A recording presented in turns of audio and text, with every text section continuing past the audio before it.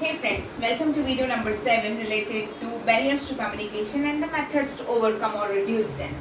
In my last video, I have spoken about all these barriers: physical, mechanical, language or semantic, and socio-psychological barriers.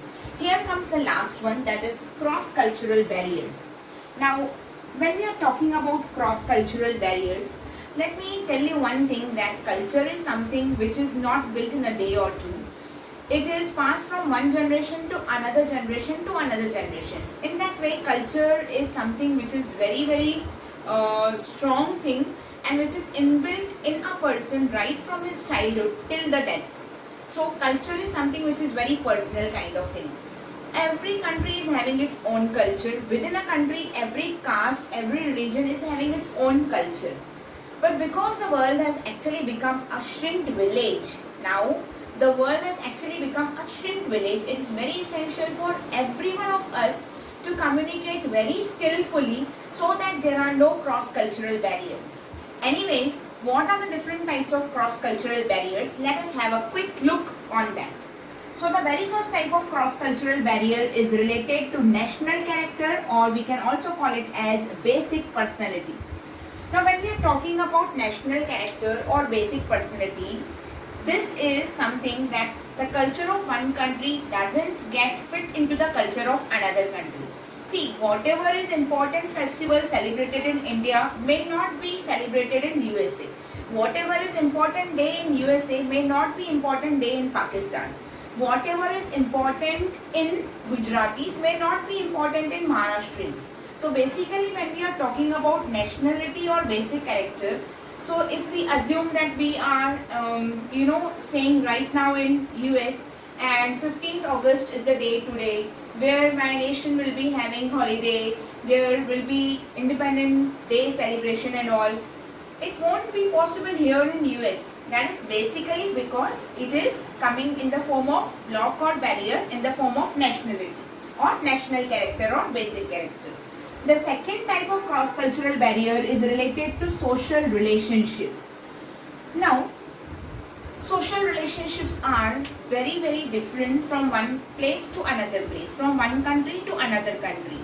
The relationship between the parents, the relationship between mother and son, the relationship between spouse, relationship between friends, everything varies from one country to another country.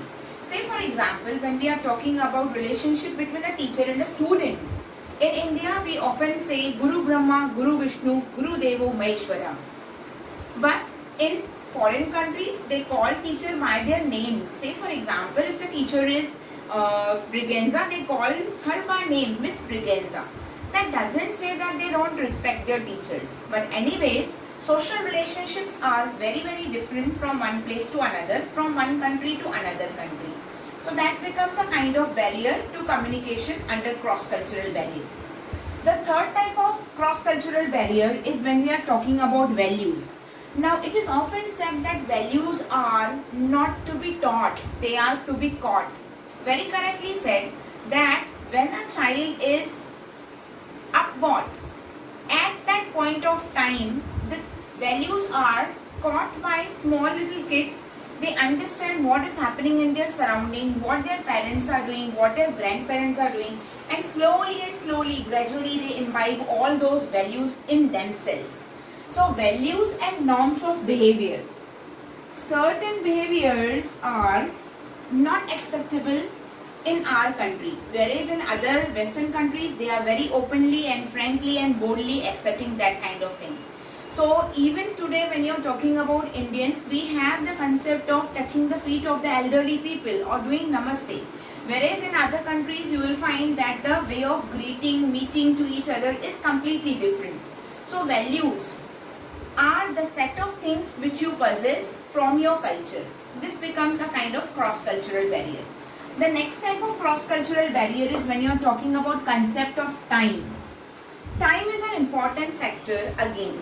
Attitude towards time is very important under cross-cultural barrier. When I am talking about attitude towards time, I really want to highlight on the value of time in Indian scenario.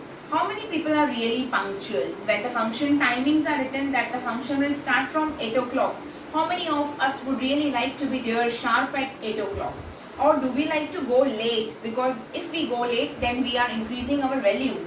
So this kind of mindset is there in Indians. Whereas in other country, when you are talking about time, the attitude towards time is really reaching at the venue sharp at time, or maybe even before the time.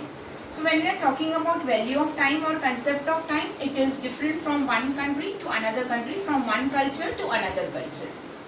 Another important aspect of cultural barrier is when we are talking about concept of space. Now, space is an important factor when we are talking about proxemics or cross-cultural barrier.